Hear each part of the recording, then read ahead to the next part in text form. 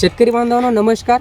आज आपण नागठाणा गावातील शेतकरी संभाजी पाटील केते यांच्या सोयाबीनच्या प्लॉटवर आलेलो आहोत. तर तुमच्या सोयाबीनच्या शेंगा या गच्च भरत नाहीत का, किंवा गच्च न भरल्यामुळं त्याच्या उत्पादनामध्ये घट येत आहे का, तर अशाच समस्येवर उपाय म्हणून आपण आज या प्लॉटवर आलेलो आहोत.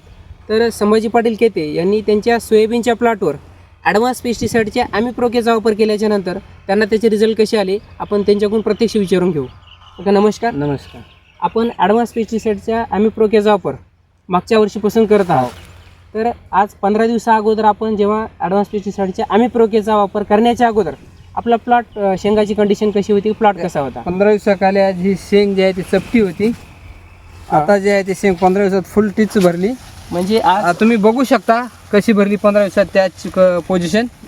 आणि अगोदर जे आहे ते शेंग पुरी चपटी होती, दाना दिसत नव्हता. हे जे दाना आहे आता टीच भरला समजा ह्या प्रकारचा.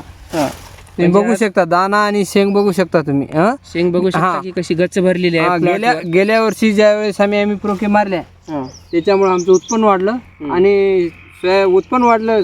दाना जे वजनात आल्यामुळे उत्पन्न वाढलं समजा. शेंग झाडाला तेवढीच होती, पण उत्पन्नासाठी ॲमिप्रोके जबरदस्त आहे शेतकऱ्याचं. म्हणजे त्याच्यात गच्च भरण्याचं प्रमाण किंवा वजन वाढण्याचं प्रमाण सुद्धा ॲमिप्रोकेमुळे चांगलं वाढतं असं तुमचा अनुभव आहे. तर इतर शेतकऱ्यांना तुम्ही तुमचे जे काय अनुभव आले तर काय सांगू इच्छिता?